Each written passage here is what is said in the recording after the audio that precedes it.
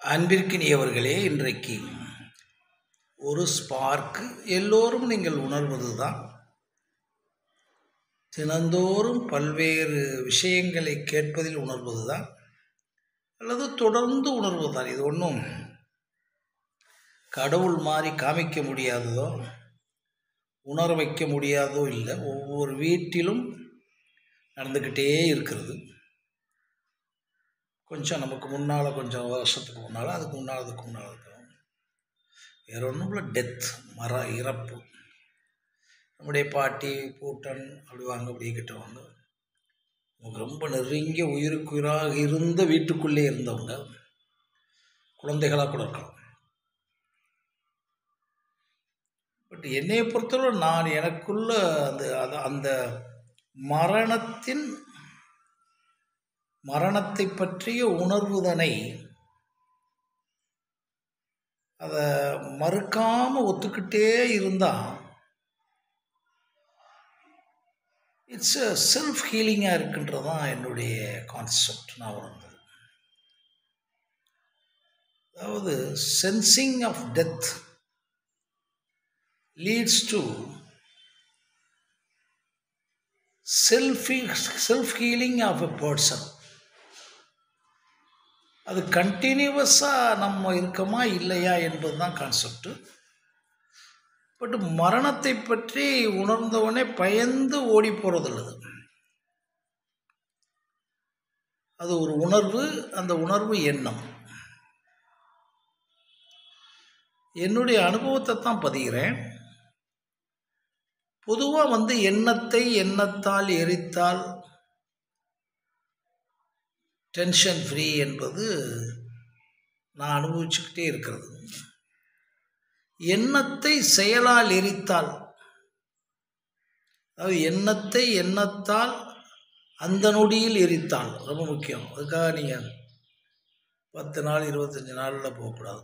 அதே மாதிரி எண்ணத்தை செயலால், அந்த செயலை செய்ய வேண்டியதை முடிச்சிட்டோம்னா, இந்த தள்ளி போடாமல், இதுக்கு எல்லாம் நமக்கு ஒரு ஸ்ட்ரெஸ் ரிலீஃப் ஆகுது. அல்லது நம்ம செய்ய வேண்டிய விஷயங்கள்லேருந்து நமக்கு என்னமோ ஏதோ அப்படின்னு ஒரு எதிர்பார்ப்பெல்லாம் அடைஞ்சு போகுது. ஆனால் நான் சொல்கிறீங்கள, இந்த மரணத்தின் தன்னுணர்வு நமக்குள்ளே இருக்க ஆரம்பிச்சுன்னா ஒவ்வொரு நிகழ்ச்சியின் மீதுமே 100% கொஞ்சம் கூட இமோஷனே ஆக மாட்டேன்.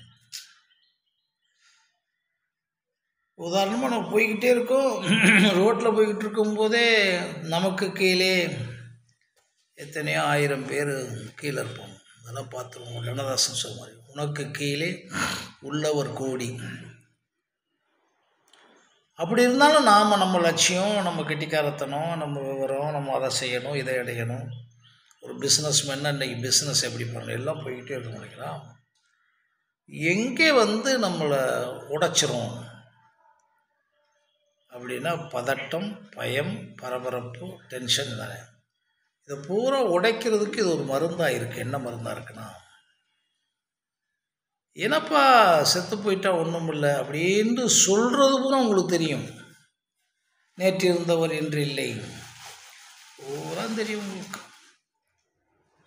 பட் அதை கன்சிஸ்டன்சியாக அப்படியே கான்செப்டாக வச்சுக்கிட்டே இருந்தோம்னா 2 விஷயம் நடக்கும். ஒன்று, நீங்கள் அதை அப்பப்போ உணரும்போது ஒரு நிலை, அப்புறம் உணர்ந்து பார்த்துக்கிட்டே இருக்க நிலை, அப்புறம் பிரெயினை பொறுத்தளவில் ஈஸியான விஷயம். எதை தொடர்ந்து கொடுத்துக்கிட்டு இருக்கீங்களோ, அலாரம் வைக்காமல் எந்திரிக்கிறது மாதிரி, எந்த துன்பம் நேர்ந்தாலும், எந்த கவலை நேர்ந்தாலும், என்னப்பா ஒன்றும் இல்லை, இது போயிட்டு ஏன் உழப்பணும் அப்படின்னு ஒரு எண்ணத்தை, உங்களுக்கு ஏற்பட்ட எந்த தோல்வியாக இருந்தாலும் சரி, கடைசி தோல்வியாக இருந்தாலும் சரி, எண்ணத்தை, இல்லை இன்னொரு 20 நாட்கள் சாக போகிறோம்னு தெரிஞ்சாலும் சரி, அந்த எண்ணத்தை, அந்த உணர்வினை, ஏன்னா எல்லாம் சொத்து புறம் போயிடுச்சு, நீ என்ன செய்ய போகிறான், இப்படி எதுக்கு வந்தாலும் இந்த மரணம் என்பது ஒன்று இருக்குப்பா, இதுக்குள்ளே ஏப்பா பதறணும்னு அந்த எண்ணத்தை, மரணத்தின் உணர்வான எண்ணத்தை வைத்து அழிச்சிட்டோம்னா,